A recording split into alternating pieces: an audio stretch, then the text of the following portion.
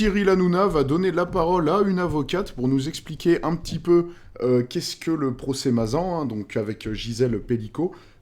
Qu'est-ce que finalement ce procès a d'extraordinaire, qu'est-ce qui explique son impact médiatique, et donc on va avoir la parole d'une juriste, même plus, d'une avocate à ce sujet. C'est toujours intéressant d'avoir des explications de professionnels du sujet. On va regarder ça, on avait déjà couvert sur pas mal de vidéos un petit peu ce sujet, qui est quand même assez unique, donc on va se regarder ça. J'en profite pour vous remercier tous, hein. Vous êtes de plus en plus nombreux sur la chaîne, ça incite du coup à vous partager un petit peu ces petites trouvailles si vous appréciez, et donc un grand merci à tous. On va se regarder la vidéo, mais d'abord intro. Messieurs, dames, vous trouverez ici des actualités singulières tous les jours. Mettez un pouce bleu, abonnez-vous à la chaîne et activez la cloche pour ne louper aucune expertise quotidienne. Je compte sur vous, c'est très important. Alors, c'est parti, on regarde ça. Alors, Tiffany Nozière est avec nous. Donc on est sur Touche pas à mon poste, TPMP. Avocate, merci. Tiffany Nozière, avocate et romancière, parce qu'on se pose 4 questions sur cette affaire. Vous allez nous y répondre. Merci déjà d'être avec nous. Merci beaucoup. Alors, qu'est-ce qui explique l'écho médiatique du procès des viols de Mazan? C'est vrai que, médiatiquement, ça a été largement couvert. Pourquoi? Alors je pense qu'il y a un certain nombre de facteurs, déjà l'émoi que suscite cette affaire, et ça c'est en quelques chiffres, on parle quand même d'un procès qui couvre 92 viols qui sont réalisés par 51 accusés sur une seule victime. C'est juste incroyable, excusez-moi, cette histoire est complètement folle. Je suis désolé. Donc c'est pour ça, c'est vrai que médiatiquement, tout le monde s'en empare, parce qu'on est tous bouche bée devant cette affaire. On ne croyait pas que c'était possible en fait, Tiffany Nozière. On ne pensait pas que ça pouvait arriver, un truc comme ça. Non, on ne croyait pas que c'était possible, et surtout la stupéfaction aussi, c'est que... Bon, dans l'absolu, je me permets d'interrompre, hein, c'est que tout est possible. À partir du moment où quelque chose est possible, c'est quelque chose qui est faisable. Donc bien sûr, ça surprend quand la chose est révélée comme ça d'un seul coup de manière brutale en pleine face. On peut se douter que tout ce qu'on peut imaginer et de physiquement possible doit exister quelque part ou a existé à un moment donné.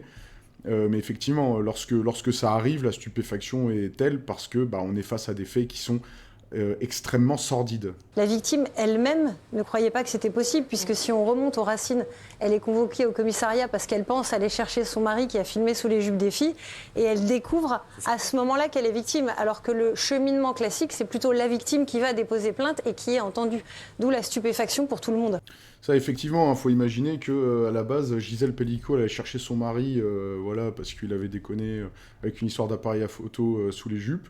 Et d'un seul Alors, coup, Tiffany Nozière est avec nous. on va lui expliquer que non seulement on a trouvé ça, mais on a trouvé des centaines, ou je sais pas quel est le nombre de vidéos d'elle en train de se faire attraper par énormément d'hommes qu'elle ne connaît pas, et sur des années. Vous imaginez un petit peu la révélation. Là, elle qui pensait arriver pour une histoire de filmer sous les jupes, elle se retrouve avec une conséquence absolue. Ouais, on est sur quelque chose, effectivement, digne d'un roman, là, effectivement. Alors, quand je dis tout est possible, oui, tout est possible, mais tout est possible, mais peut-être de manière excessivement rare. Donc, c'est vrai que quelque chose de très rare, quand on en entend parler, ça fait très bizarre, effectivement. C'est une horreur, l'affaire Pélico. Le mari ne devrait jamais ressortir de prison et les autres lourdement condamnés. N'est-il pas assez d'avocats en France pour inviter une belle fille d'un loser? J'ai pas la ref. C'est bien la fille de son père, un comble de venir parler d'un tel sujet. Alors, c'est la fille de qui, elle? Tiffany Nozière, je ne sais pas si vous connaissez. C'est tellement horrible cette histoire. Tiffany Nozière, la blague, l'entre-soi. Ils vont payer dans tous les cas. Qu'est-ce qu'elle fait là? Bref. De toute façon, n'allons pas en conclusion hâtive. Hein. L'importance d'un procès, effectivement, c'est qu'il se fasse sereinement, avec l'étude au cas par cas de chaque personne.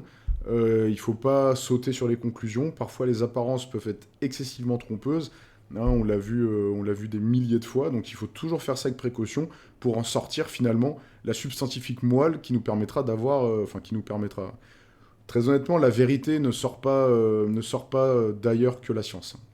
Voilà. Mais on pourra peut-être s'approcher sur une probable vérité si les choses sont faites le plus sérieusement possible et avec le plus d'attention, avec des vrais éléments et avec un niveau de science assez poussé.